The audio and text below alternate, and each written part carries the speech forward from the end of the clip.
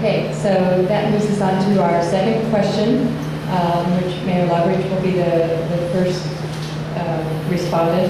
And it has to do with the shift of resources from local governments to state governments and the shift of property taxes and other revenues away from local to balance the state budget. And locally, we could be looking at losing as much as $22 million, including money that would otherwise be spent on a redevelopment project. So we'd like to know what you each think about the ramifications of this action and how we can best prepare ourselves and proceed in the face of it. So Mayor Loveridge, if you could go first on this one.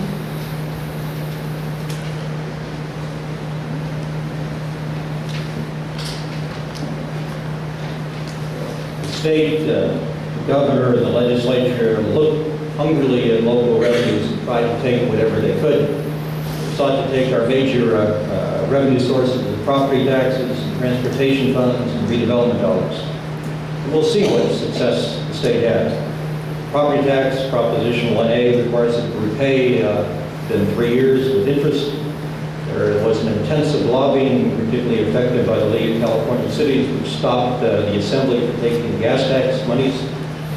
And the redevelopment take is, we think, constitutionally illegal. We're going into court. No money has to be paid until March, and we expect a decision that takes the state out of redevelopment funds later this year.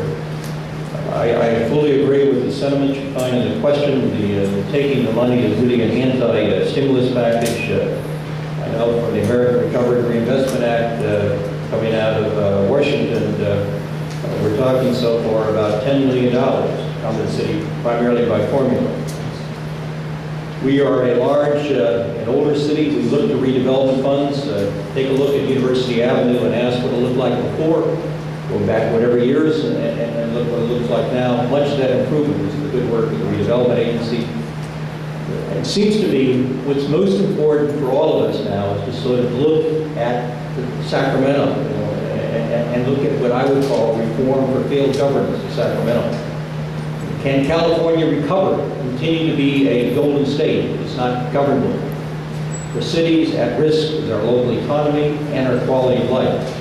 This is not an academic question or an abstract question. It goes to the center, the heart of the future for all of us who call California home. California is not working. It is time to change. This is a time of reform. California at the state level does not work because it cannot work. It's not a question of good or bad people. Our decision rules in Sacramento greatly handicap passing good budgets and focusing effective attention on important policy issues of the state.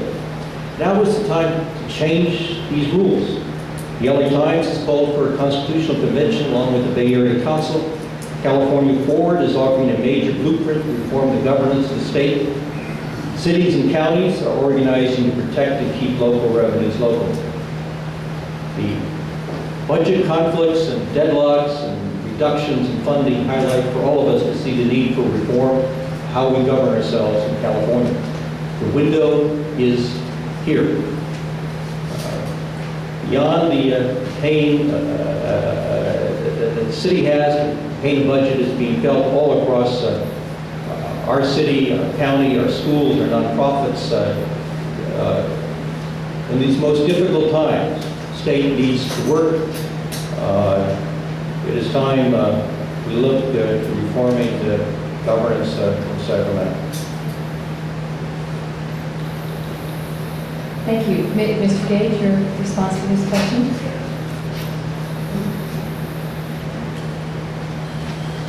Well, I'd like to start by saying it's very unfortunate that the city of Riverside loses $21.5 million, but we also need to recognize that we can't be solely dependent on government money, and I think we've been doing that for too long. Many other cities in the area and throughout the country have been able to revitalize their communities, drive their cities forward without using government money. The private sector, in my opinion, is willing to go into any city that is business friendly and the time is right. And I think we just very well may be there. Property values are down, buildings are underutilized. It's time to make it easy on businesses to come to Riverside and start expanding. We spent millions of dollars of your money through redevelopment, and I don't see the result, quite frankly. And we don't have the high-rise buildings, we don't have the large companies. That's what it's supposed to be all about. We've spent the money, but I haven't seen it come back. It's reduced our tax basis. Schools are getting less money because a lot of that redevelopment agency tax increment money comes to the redevelopment agency, not to the schools. It doesn't come to the counties, it doesn't come to you or I, but we continue to pay. Maybe it's time we encourage the private sector to lead the way and quit wasting your money.